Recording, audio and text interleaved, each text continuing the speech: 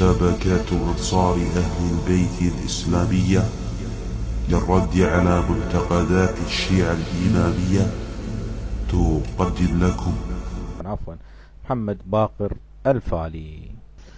اكو مدينة في البرتغال. البرتقال غير البرتقال الذي نعرفه نحن يا اخوان. البرتقال جمهورية البرتقال. نعم. اسم المدينة فاطمة. فاطمة اسم المدينة فاطمة. احفظوها يا اخوان، لما تروحوا البرتقال ان شاء الله اركب التاكسي ويقول له I want فاطمة سيتي. اسم في هذه المدينة قبل 90 سنة اثنين خوات واخ. من كثر الكذب ما يعرفهم اثنين ولا ثلاث. يلا بابا كذب. 3 اطفال. طلعوا، كانت قرية صغيرة. نعم. وما كان اسمها فاطمة، اسمها غير شيء. ايوه.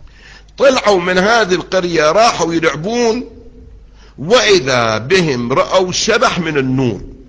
اطفال رأوا الشبح، راحوا يركضون بيتهم، رجعوا بيتهم ركض شبح بعد. يا هالو طلع لهم شبح، يعني شيء طبيعي.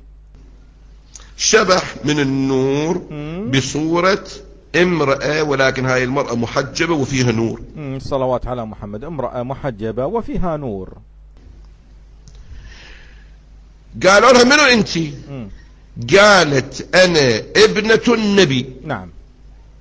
اسمك؟ قالت اسمي فاطمة، ما قالت نبي الاسلام. خلي يكون واضح. الرجل واضح بالكلام، دققوا النظر يا اخوان.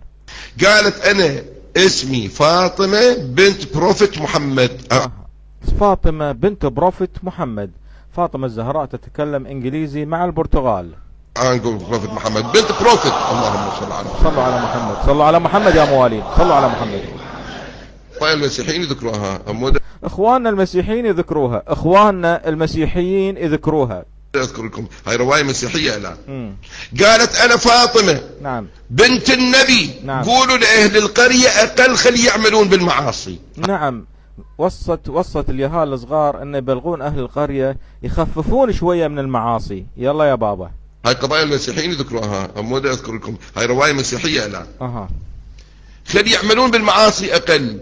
قللون. يشربون الخمر اقل. شوية يشربون الخمر اقل. فاطمة الزهراء رضي الله عنها وارضاها تحلل شرب القليل من الخمر، يعني وليس الكثير، يعني نص بطل كافي.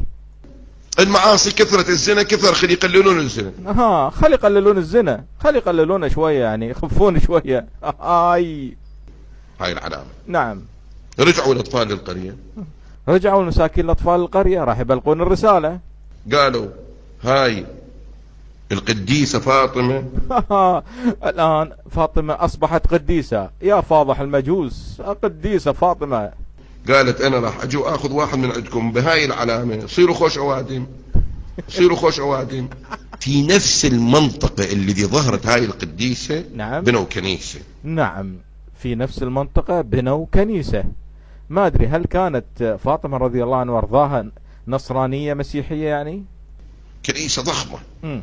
كنيسة القديسة فاطمة. نعم. اسم القرية بدلوها إلى مدينة فاطمة. نعم. وإن شاء الله إذا رحتوا إلى البرتقال روحوا شوفوا. في تاريخ 13/5 بالسنة الميلادية.